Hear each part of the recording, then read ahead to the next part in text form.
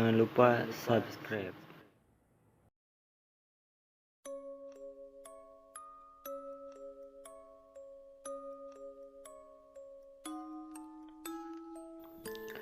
Assalamualaikum warahmatullahi wabarakatuh. Selamat malam buat kalian yang melihat atau mendengarkan video di channel ini. Seperti biasa, saya di sini akan menceritakan hal seram dan misteri. Dan cerita untuk malam hari ini, kejadian aneh di rumahku. Waktu itu kami masih menempati rumah lama. Dulunya daerah itu adalah daerah perkampungan, daerah pinggiran. Setelah digusur, kini menjadi komplek perumahan mewah, mal yang besar, dan kampus ternama. Sekilas tentang rumah lamaku, rumahku itu lumayan besar. Walau tidak tingkat, halaman depan, belakang, dan samping juga besar. Pohon sirsak, pohon melinjo, pohon pisang, dan pohon sembung, serta ada satu pohon besar yang sangat ditakuti warga kampung.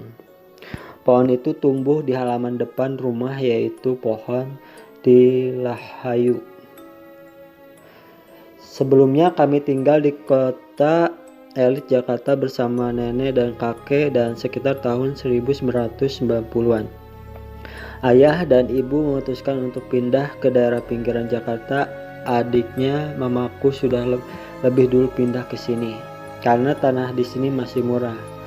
Maka ayah dan ibuku ikut pindah juga ke sini. Rumah kami bersebelahan dengan rumah pamanku itu. Sebelum kami pindah ke sini, warga kampung tidak ada yang berani melintas di depan rumah kami karena adanya pohon keramat tilahayu itu. Dari gosip yang beredar juga menyebutkan adanya bekas sumur tua di dalam rumah kami. Namun ayahku tidak peduli dengan keadaan itu, karena baginya tanah ini murah dan memang ayah juga mempunyai kelebihan, jadi sudah biasa dengan hal-hal seperti itu. Kejadian-kejadian aneh pun sering terjadi di rumah kami. Aku tidak bisa menceritakan semuanya, karena terlalu banyak. Di sekeliling rumah masih banyak ilalang, semak-semak, dan area pesawahan. Jadi wajar jika masih banyak ular yang berkeliaran ke rumah penduduk. Saat itu aku masih berumur 5 tahun. Aku sedang asik main sendiri dengan melukis di atas tanah.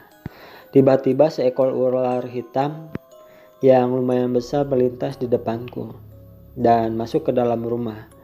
Ku kejar ular itu dan dia terpojok di sudut ruang tamu. Dengan sigap ku pegang kepala ular hitam itu tanpa rasa takut. Aku berteriak-teriak memanggil ibu untuk memberitahukan tentang ular itu. Anehnya, setelah ibuku datang, ular itu tiba-tiba menghilang dari genggaman tanganku. Singkat cerita, ayahku hobi sekali berburu. Kadang beliau pergi beberapa hari untuk berburu bersama teman-temannya. Malam itu udara terasa sangat dingin. Ayah sedang pergi berburu. Aku dan kakakku tidur bersama ibu dalam satu kamar.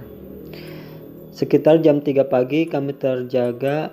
Kami mendengar suara langkah-langkah kaki di luar rumah. Aneh, siapa malam-malam begini yang mengendap-endap di samping kamar kami? Apakah maling? Ibu mengintip dari balik gorden. Suara langkah itu masih sangat jelas terdengar, tetapi tidak ada siapa-siapa di luar sana. Dan ada cerita lain, suatu malam ibuku bermimpi ada seekor tikus putih jatuh dari langit. Tikus itu jatuh di samping rumah. Keesokan paginya ibu mendatangi tempat itu dan ditemukanlah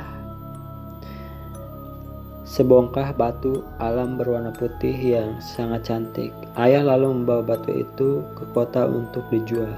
Lumayan buat beli beras ya. Dan ada lagi, aku bukanlah anak kesayangan ibuku. Aku seringkali diabaikan. Kakakkulah yang selalu menjadi nomor satu.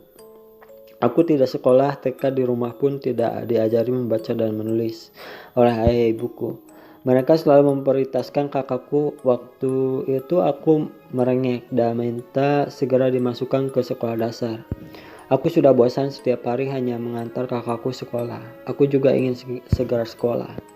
Suatu hari Ibu sedang menunggu kakakku di sekolah dan ngobrol dengan kepala sekolah. Aku merengek lagi minta sekolah. Lalu kepala sekolah itu iseng-iseng mengetesku dan mereka sangat terkejut karena mendapatiku sudah bisa membaca dan berhitung. Kali-kalian dengan angka ratusan. Padahal aku tidak pernah diajari hal-hal itu oleh orang tuaku. Ya, aku bisa dengan sendirinya. Aku pun masuk sekolah dasar. Aku selalu mendapat ranking 1 di sekolah. Pernah suatu hari saat sedang ulangan, aku tidak tahu jawaban satu soal.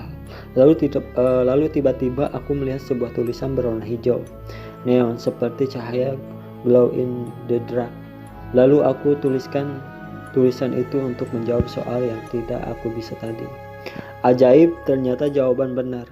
Pernah juga saat kembali ke kampung dari berlebaran di Jakarta, kami diantar oleh tante menggunakan mobil mewah. Aku dan kakak menggunakan baju princess yang sangat indah. Kami turun dari mobil menuju rumah. Dari kejauhan aku melihat anak tetanggaku. Sepertinya mereka iri denganku dan kakak yang memakai baju bagus. Mereka terlihat berbisik-bisik. Anehnya aku dapat mendengar dengan jelas apa yang mereka bicarakan.